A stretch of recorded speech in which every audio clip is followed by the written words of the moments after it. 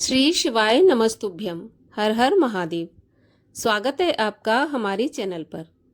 आज के इस वीडियो में आप सुनेंगे सोमवार व्रत की कथा। सभी प्रकार की व्रत कथाएं सुनने के लिए और हमसे जुड़े रहने के लिए आपको केवल हमारे चैनल को सब्सक्राइब करके बेल आइकन पर प्रेस करके रखना है और आज की वीडियो अच्छी लगे तो लाइक करना है और शेयर करना है। तो चलिए अब हम सुनते हैं सोमवार व्रत की कथा।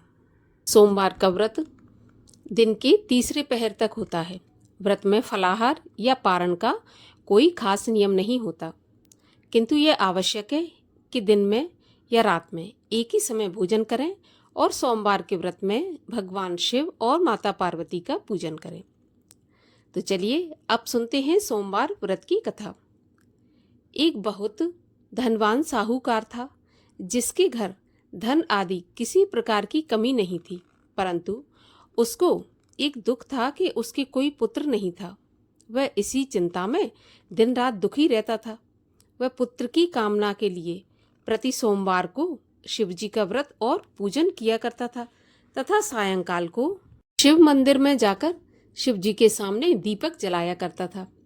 उसके इस भक्ति भाव को देखकर एक समय पार्वती जी ने शिवजी महाराज से कहा कि महाराज, ये साहूकार आपका अनन्य भक्त है और सदैव आपका व्रत और पूजन बड़ी श्रद्धा के साथ करता है। इसकी मनोकामना आपको पूर्ण करनी चाहिए। शिवजी ने कहा, हे पार्वती, ये संसार कर्म क्षेत्र है। जैसे किसान खेत में बीज बोता है वैसा ही फल काटता है, उसी तरह इस संसार में प्राणी जैसा कर्म करते हैं वैसा ही फल भोगते हैं।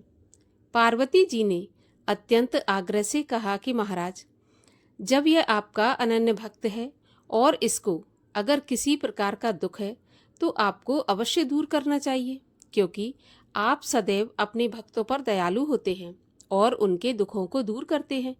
यदि आप ऐसा नहीं करेंगे तो मनुष्य आपकी सेवा तथा व्रत क्यों करेंगे।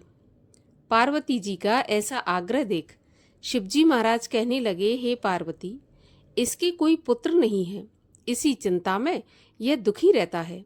इसके भाग्य में पुत्र ना होने पर भी मैं इसको पुत्र प्राप्ति का वरदान देता हूँ, परंतु यह पुत्र केवल 12 वर्ष तक ही जीवित रहेगा।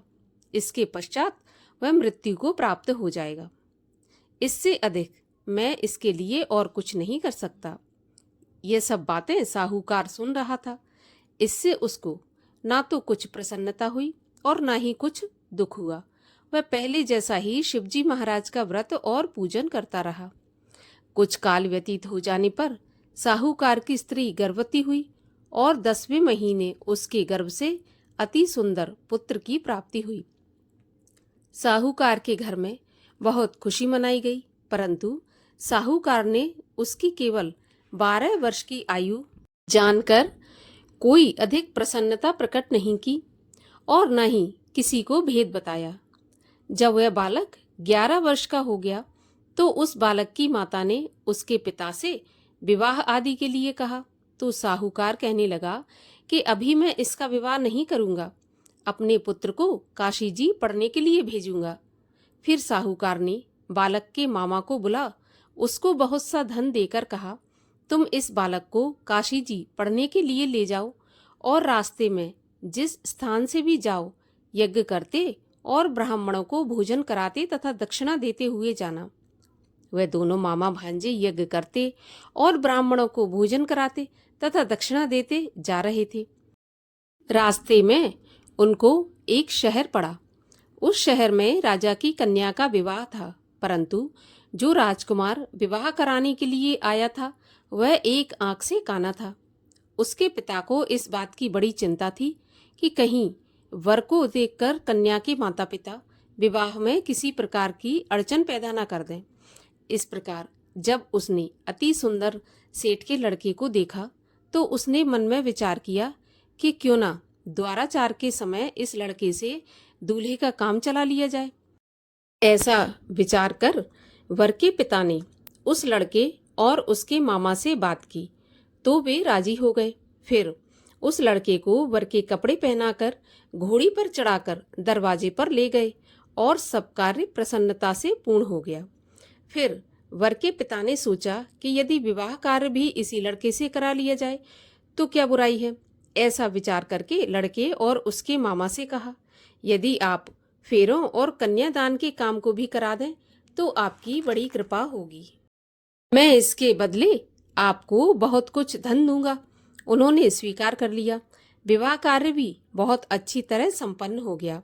परंतु जिस समय लड़का जाने लगा तो उसने राजकुमारी की चुंदरी के पल्ले पर लिख दिया कि तेरा विवाह तो मेरे साथ हुआ है, परंतु जिस राजकुमार के साथ तुमको भेजेंगे वह एक आंख से काना है। मैं काशी जी पढ़ने जा रहा हूँ। लड़के के जाने के बाद राजकुमारी ने जब अपनी चुंदरी पर ऐसा लिखा पाया तो उसने कानी राजकुमार के साथ जाने से मना कर दिया और कहा कि यह मेरा पति नहीं है, मेरा विवाह इसके साथ हुआ ही नहीं है। जिससे मेरा विवाह हुआ है वह तो काशी जी पढ़ने गया है। राजकुमारी के माता पिता ने अपनी कन्या को विदा नहीं किया और बारात वापस चली गई। उधर सेठ का लड़का और उसका मामा काशी जी पहुंच गए। वहां जाकर उन्होंने यज्ञ करना और लड़के ने पढ़ना शुरू कर दिया। जब लड़के की आयु 12 साल की हो गई, उस दिन उन्होंने यज्ञ रच रखा था। लड़के ने अपने मामा से कहा, मामा जी आज मेरी तबीयत कुछ ठीक नहीं है। तो मामा ने कहा, अंदर जाकर सो जाओ। लड़का अंदर जाकर सो गया और थोड़ी देर में उसके प्राण निकल गए। जब उसके मामा ने आकर देखा कि वह मृत पड़ा है तो उसको बड़ा दुख हुआ और उसने सोचा कि अगर मैं अभी रोना पीटना मचा दूंगा तो यज्ञ का कार्य अधूरा रह जाएगा। अतः उसने जल्दी से यज्ञ का कार्य समाप्त करके ब्राह्मणों के जाने के बाद रोना पीटना आरंभ कर दिया। संयोगवश उसी समय शिव पार्वती जी उधर से जा रहे थे। जब उन्होंने जोर जोर से रोने की आवाज सुनी तो पार्वती जी कहने लगी, महाराज कोई दुखिया रो रहा है, इसके कष्ट को दूर कीजिए। जब शिव पार्वती ने जाकर देखा तो वहां एक लड़का मरा पड़ा था। पार्वती जी कहने लगी, महाराज यह तो उसी सेठ का लड़का है जो आपके वरदान से हुआ था। शिवजी कहने लगे, हे पार्वती इसकी आयु इतनी ही थी सो यह भोग चुका। तब पार्वती जी ने कहा, हे महाराज इस बालक को और आयु दो, नहीं तो इसके माता पिता तड़प तड़प कर मर जाएंगे। पार्वती जी के बार बार आग्रह करने पर शिवजी ने उसको जीवन का वरदान दिया और शिवजी महाराज की कृपा से लड़का जीवित हो गया। शिव पार्वती कैलाश पर चले गए। शिक्षा पूर्ण होने पर वह लड़का और उसके मामा उसी प्रकार यज्ञ करते, ब्राह्मणों को भोजन कराते तथा दक्षिणा देते अपने घर की ओर चल पड़े। रास्ते में उसी शहर में आए जहां उसका विवाह संपन्न हुआ था। वहां पर आकर उन्होंने यज्ञ आरंभ कर दिया तो उस लड़के के ससुर ने उसको पहचान लिया और अपने महल में ले जाकर उसकी बड़ी आवभगत की। साथ ही बहुत से दास दासियों सहित आदर पूर्वक लड़की और जमाई को विदा कर दिया। जब वे अपने शहर के निकट आए तो मामा ने कहा, मैं पहले घर जाकर खबर देकर आता हूँ। जब उस लड़के का मामा घर पहुंचा तो लड़के के माता पिता घर की छत पर बैठे थे और उन्होंने यह प्रण करके रखा था कि यदि हमारा पुत्र कुशलता के साथ लौट आया तो हम राजी खुशी नीचे आ जाएंगे, नहीं तो छत से गिरकर अपने प्राण दे देंगे। इतने में उस लड़के के मामा ने आकर यह समाचार सुनाया कि आपका पुत्र आ गया है, तो उनको विश्वास नहीं आया। उसके मामा ने शपथ पूर्वक कहा कि आपका पुत्र अपनी पत्नी और बहुत सारे धन के साथ आया है। तो सेठ ने आनंद के साथ उसका स्वागत किया और सब बड़ी प्रसन्नता के साथ रहने लगे। इस प्रकार जो कोई भी सोमवार के व्रत को धारण करता है अथवा इस कथा को पढ़ता और सुनता है, उसकी समस्त मनोकामनाएं पूर्ण होती हैं तथा इस लोक में सुख भोग कर अंत में सदाशिव के लोक को प्राप्त होता है। भगवान शिव की आरती। ओम जय शिव ओमकारा, स्वामी हर शिव ओमकारा, ब्रह्मा विष्णु सदा शिव अर्धांगी धारा। ओम जय शिव ओमकारा, एकानन चतुरानन पंचानन राजे, हंसानन गरुड़ासन वृषवाहन साजे। ओम जय शिव ओमकारा, दो भुज चार चतुर्भुज 10 भुज ते सोहे, तीनों रूप निरखता त्रिभुवन जन मोहे। ओम जय शिव ओमकारा, यक्षमाला वनमाला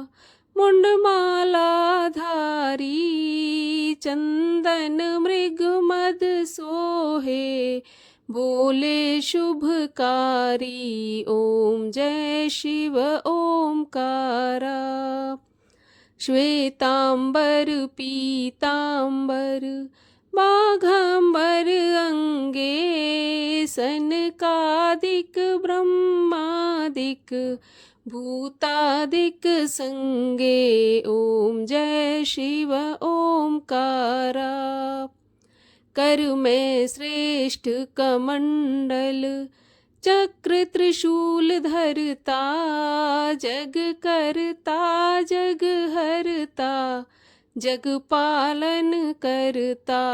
ओम जय शिव ओमकारा, ब्रह्मा विष्णु सदा शिव जानत अविवेका, प्रणवाक्षर के मध्य ये तीनों एका। ओम जय शिव ओमकारा, त्रिगुण शिव जी की आरती जो कोई जन गावे, कहत शिवानंद स्वामी भजत हरि हर स्वामी, मन वांछित फल पावे।